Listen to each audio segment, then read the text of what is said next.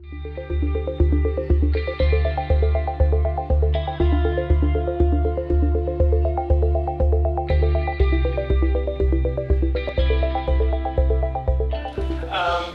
I'm Tim, and I would like to talk today about deep learning in the real world. And actually, when I say the real world, I think machine learning in particular has a lot of very real impacts in the world these days. But when I say the real world, I mean the physical world. That is, how do I get machine learning to do things for me physically in the world? And it turns out that that poses some very interesting challenges, and there's been some amazing successes of late in that particular area, and I want to go through them. So what I'd like to do though first is just get a little bit of a gauge on the audience, because I think there's a tremendous amount of variation in here. Like, who in the room has written deep reinforcement learning code? Okay, that's crazy, right? People don't know that. Okay, good. Right. Okay, so for the rest, like you guys, it'll be fine. I'll be done soon. But for everybody else, what I want to do is I'm going to tell you a story, right? So I'm going to start out pretty basic and put some building blocks up there, and I'm hoping everybody in the room will at least go, oh, okay, I get what deep reinforcement learning is and why I should care about it. So in machine learning, like I said, we're starting out basic. In machine learning, there's sort of these two top-level categories of learning that people tend to think about. They're called supervised and unsupervised. So in supervised learning, I give you a bunch of things, and I tell you that they're of certain types. So in this particular example, I have emails. Emails are the things, and the types are they important or are they everything else? And so if I give you a bunch of emails and I say these are important and these are everything else, I can take a machine learning algorithm that will learn to make that distinction for me, right? And so emails can automatically be sorted into the right place in your inbox. That's supervised learning. In unsupervised learning, which is very different, I just give you a bunch of things, right? And so, like, okay, what am I supposed to do with a bunch of things? Well, it turns out that often what you like to do is to figure out, are some things like one another. So for example, we know we've got two people in here who have written deep reinforcement learning code.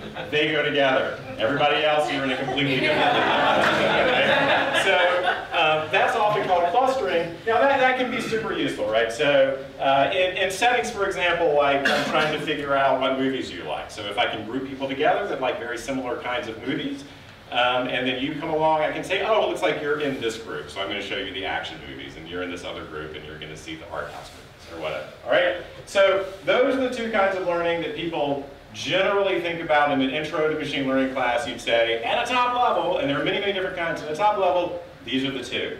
There's a third kind of learning, actually, which is called reinforcement learning. And so here the problem is not, I'm going to give you things and you have to do something interesting with them. I'm going to give you a world, right? You are an entity, you live in a world, and you need to decide what it is that you're going to do. So in this case, we've got rats, they're running around in a maze. I plop you down here, like, okay, what am I going to do now? You can sit there, you can start running around. It turns out that what you might like to do is wind up over here near the food. And so reinforcement learning is a problem. It's a class of algorithms that tackle that particular learning problem. Okay, so reinforcement learning. So what is reinforcement learning? Reinforcement learning is about three things: states, actions, and rewards. And I'd like to explain all three of those things. The term reinforcement actually kind of goes back to Pavlov, right? And so Pavlov wasn't necessarily thinking about the kind of learning that I'll be discussing. He was thinking about reinforcing connections between stimuli, right? So the bell rings, the food appears, and so the dog salivates, right? Or in this case, the dog says, when I salivate, Pavlov smiles and writes in his book, right? So it depends on your perspective. So what is there? So this is, like, if you Google reinforcement learning and go to Google Images, this is the image that pops up. This actually appears in the canonical reinforcement learning book that was written a long time ago. And if you're doing reinforcement learning, this is your life, right? You're an agent, and you are embedded in some environment. And what you do is you say, okay, what action should I take right now, right? You look around the world, you get something called a state. And so a state is some representation of what's going on in the environment around you. You look at the state and you go, all right, what action should I take? And so you say, all right, I'll take this particular action. You hand that to the environment changes in some way, right? So you get a new state, but you also get a reward. So what's a reward? A reward is nothing but a scalar signal, a real number. Positive rewards are good, negative rewards are bad, right? And what you're trying to do, so the reinforcement learning problem is to say, how do I decide what to do now to maximize future rewards, all right? So what are some actions that we could take right now? So if I wanted to, all right, so I could stand up here and continue talking. Another action I could take is to go grab a beer, right, and then come back up here and continue talking. You guys could do the same kinds of things. So there are lots of actions that you could take, but you're making a decision to take certain actions in this context and not take certain other actions. And the question is, how do you wind up there? It turns out that if you look at reinforcement learning as a paradigm for what actually goes on in the brain, a lot of what's thought to go on is it's all about predictions. And what you do is you say, okay, if I'm in this particular state and I take this action, I think this thing is going to happen. And if you take that action and it turns out to be better than you predicted, you get dopamine, right? And we all love dopamine, and so the brain goes, oh, that was good. I'm going to do that again next time I'm in this particular state. And so what you do is you wind up sort of adjusting in reinforcement learning terms what's called a policy, which is a mapping from the state you're in to the action that you think is going to maximize your future reward. Okay, so that makes sense. That's the problem. Okay, so what I'd like to do is just kind of talk through a few examples of where reinforcement learning can be applied, and there are actually lots of different ones. The first one is autonomous vehicles, and so what I'd like to do is to get you guys to help me out a little bit. So remember, reinforcement learning is about states, actions, and rewards. So what do you guys think? And so remember, a state is what information should I pay attention to decide what action I should take, right? So what are state variables I should pay attention to if I'm doing autonomous driving? Speed. Speed. Yeah. Pedestrians. Surrounding vehicles. Surrounding vehicles, Weather. right? Stop sign. What's that? Stop sign. Stop sign. The line along the road. The line along the road, right. Actually, so it's a great story, right? So autonomous vehicles have been around for a long time. So there's this guy, Dean Pomerleau, who was at Carnegie Mellon way back in the 90s when I was a grad student. And he built a system called Alvin, which is Autonomous Land Vehicle in a Neural Network, right? And they were doing some pretty amazing things back in the day. That was quite a long time ago. And they were training this system using machine learning methods, not necessarily reinforcement learning, but they were training it up, and it was learning what features in the world to pay attention to. And it found that paying attention to the stripe on the side of the road, super important feature, right? Because I can just kind of keep that thing right there and drive along, and as long as that line's there, everything's cool. The downside is that if you're driving on the highway, what does the car do? It takes every exit, right?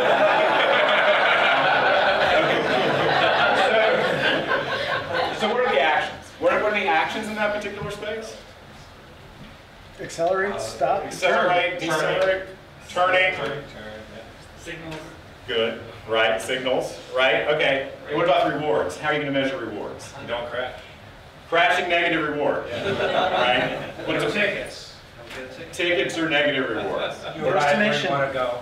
You arrive where you want to go, and you get there quickly. Nobody died. Nobody died, right? So I want to get where I'm going quickly. I don't want to get tickets, and I don't want to die, right?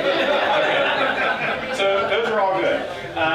Now I just want to go through a few more examples, right? So industrial process control is sort of another biggie, right? So in that case, what you do is you've got knobs that you can tune, right? I can increase temperatures, I can change pressures, and really what I want to do is I want to get my process to produce as much of what it is that I'm trying to get it to produce through time. And maybe I want to do that in a way that's efficient with respect to the materials that I'm using. I did a project a long time ago looking at aluminum smelting. So it turns out aluminum smelting consumes like something on the order of 1% of all domestically generated power, right? It's what you do is you have these smelters where you run electricity through it, you drop about 4 volts across it, but it's an unbelievably large number of amps, right? So it's just consuming a tremendous amount of power. And if you can make those things more efficient, you can actually save a tremendous amount of power. All right, elevator scheduling. I had a friend in graduate school who did elevator scheduling using reinforcement learning. And so in that case, it's sort of what call buttons are pressed, and the reward is I want to get people to where they're going as quickly as possible. I want to minimize wait times. There's a story around that. You should ask me about that afterwards. And then managing cloud spend. So this is a problem that we've been thinking about a lot recently where I've got infrastructure in the cloud, right? Everybody's moving their data, their compute to the cloud. But what happens is you tend to sort of spin up some resources, and Amazon allows you to set some thresholds that say, you know, if my CPU utilization goes too high, I'll add a machine. If it goes too low, I'll remove a machine. It turns out people are wasting an enormous amount of money on that. So what I might like to be able to do is allow the system to figure out how to optimize things like trade-offs between spend, and performance, right? Like I want to be as cheap as possible, but I want my customers to still be happy. All right, so those are some applications of it. Now, there's been some unbelievable successes these days, and this is sort of a little bit more on the deep learning side. We'll talk about deep learning in just a minute. But the game of Go. Does anybody play Go? Any Go players? There's one. I've played, but bad. That counts, right? You two are in a group, everybody else is. I go a lot. You go a lot, okay. So the game of Go, so game playing is big in AI circles. You know, checkers fell. Checkers was one of the first examples of reinforcement learning being applied to the game. Before Go, the success before that was Texas Hold'em. So people worked really hard on that. University of Alberta. And those are very different places. And built a system that's really good at playing Texas Hold'em. Go is hard, right? So the reason chess succumbed is because compute got to be powerful enough. It turns out the standard approach is to say, all right, well, what if I do this, then they might do this, and then I might do this, right? So you build this tree. And for chess, it's like about 35 things that might happen, right? It branches like that. Go, on the other hand, is about 250, right? So very quickly, you can't think about that. And Go is also very much pattern-based, right? So a person looks at the board and goes, oh, it's that kind of pattern, I'm going to play that. So Go succumbed recently. The other one is you've probably heard about Google's DeepMind, building systems that can play Atari video games. And the really cool thing about that is that they're playing it from raw video. And so what I'd like to do is I'd like to come back to that in a minute. So what that means is that they sat a reinforcement learning system down in front of essentially a console, and it's like looking at the console, right? It's literally getting the bitmap of what's happening in the game. And it can take actions in the game and it learns how to play. So let's just look at this video. It's going to be Breakout. Breakout is the game where there's this ball bouncing around and there's a paddle and I'm trying to bounce the ball back up, and when it hits, it kills one of the tiles up there and you're trying to get rid of all the tiles. And again, the important thing is that there's no domain knowledge involved. It's just like, here's what you're seeing in the game and here's what you're doing. And early on, it looks like this, right? So early learning is like that. So reinforcement learning tends to be really dumb early on. So it'll go, well, maybe if I just hang out over here, I'll score points, right? So in a minute, it's just going to hang out over there and go, yeah, no, I'll try it again. Yeah, that's not so good, right? So it's a little worse than you and I if we started to try and play it. 120 minutes of training, look at what it can do. And again, it's just playing the game. It's doing what you and I would do. I'd say that's really good. I wouldn't be able to play that well, I don't think. And I just want you to see one more bit of that.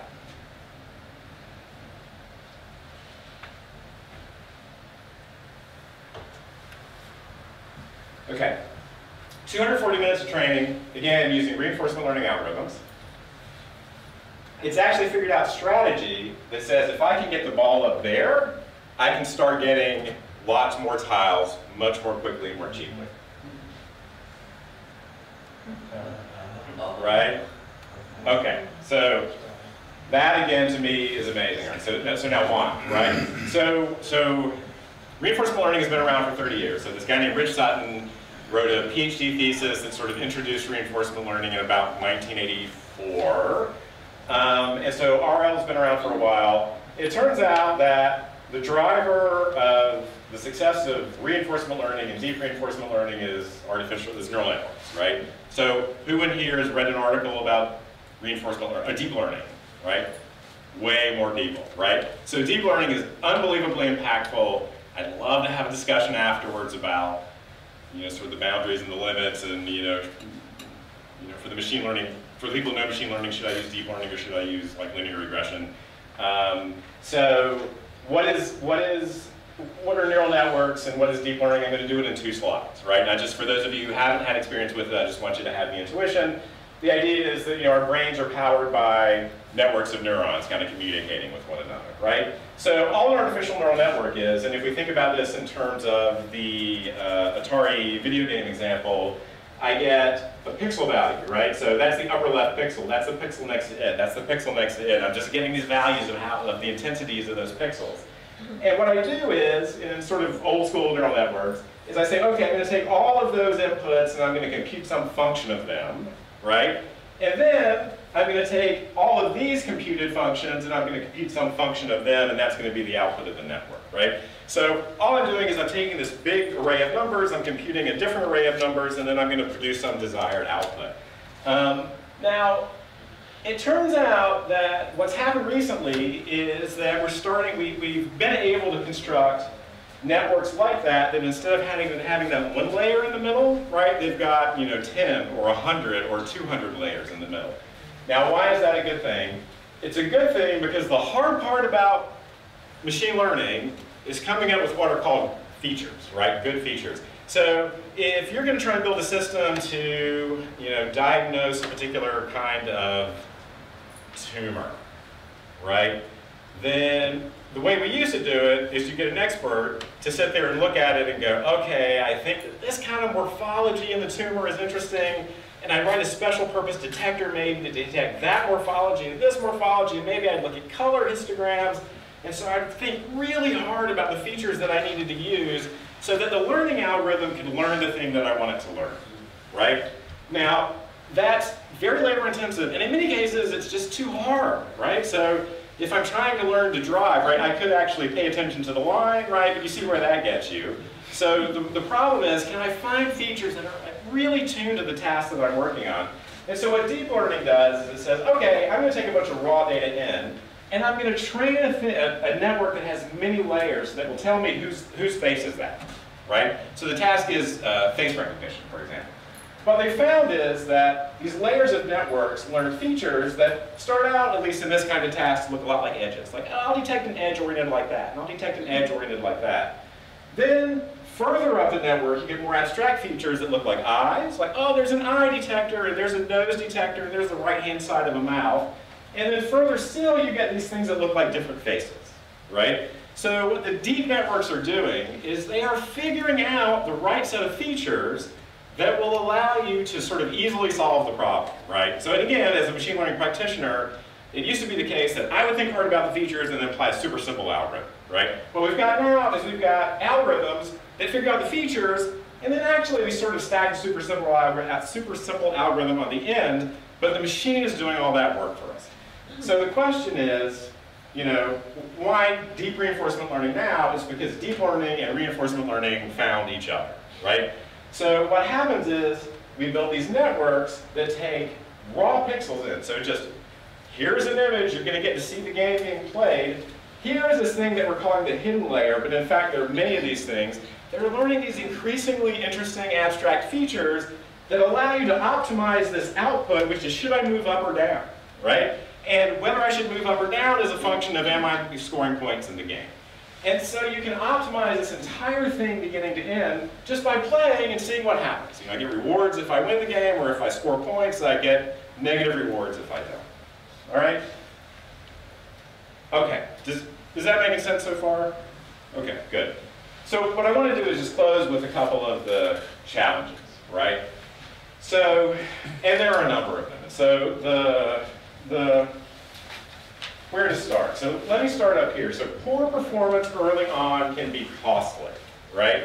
So imagine, so you remember the reinforcement learner that was doing really bad early on and it was hanging out over here and going, I'm going to see what happens. Like, I'm going to hang out here and maybe I'll score points as the ball goes over there. The equivalent of that in driving is like, I'm driving along. You know what? I think if I turn left into traffic, that might get me more reward. Let me give that a shot, right? And so, driving industrial processes, mistakes early on can be unbelievably costly. There are some things that you can do. So there are these methods called shaping, which is I'm going to try and kind of guide the policy that I'm learning in a certain way. You can try and transfer what you've learned in one domain to a similar domain so that you're not starting from scratch. But that's a problem with reinforcement learning. It's also the case that they're very data intensive, so the real world is just slow, right? The reason that you can learn to play Atari games is you can play them at greater than real-time speed. So it's easy to generate data, I can get gobs of data. And what if I'm doing is I'm actually learning to drive a car, or I'm learning to control your cloud infrastructure. I actually have to have experience with that in the real world, and there are latencies involved in that. No matter what you're doing in the physical world, in sort of an Internet of Things context, that are several orders of magnitude higher than what you can do in simulation. Now, certainly, deep learning is driving an incredible amount of interest in fast processing, so GPUs in particular, you're getting new revisions of GPUs coming out from lots of different companies that are able to compute these things really quickly. DeepRL will benefit from that. And then also, there's still a lot of an art to how you set these things up, right? So the reward defines the goal. If the goal is to get there really quickly, I'm going to have a very different policy than if the goal is to get there quickly and safely, right? So how do you define the goal? Also, frequent rewards are best. So, it's like I have friends who got their master's degrees in the German educational system, and apparently the way that works is they teach you all semester, they give you a test at the end, right? And that one test determines whether you pass the class or not. In the American system, we're like, okay, we're going to do, some summative grading and some formative work, and I'll give you quizzes and exams, and I'll talk to you in office hours, right? So you get all this feedback as you're going through the class, and that helps you learn, kind of lets you know where am I making mistakes early on. So rewards have to be frequent. Is my state going to be, I'm in this room? Is my state going to be, I'm standing up here in front? Is my state going to be my latitude and longitude to 6 decimal points of precision? That's hard. And then also, unfortunately, real valued actions are still hard. So things like, should I move the paddle up or down or left or right? We got a pretty good handle on that. But if it's something like, should I, set the voltage on that joint for a robot arm to be, somewhere between, 0 volts and 5 volts, and I have a continuous range there, that kind of thing is actually still tricky. Okay, I think that's it. All right, thank you.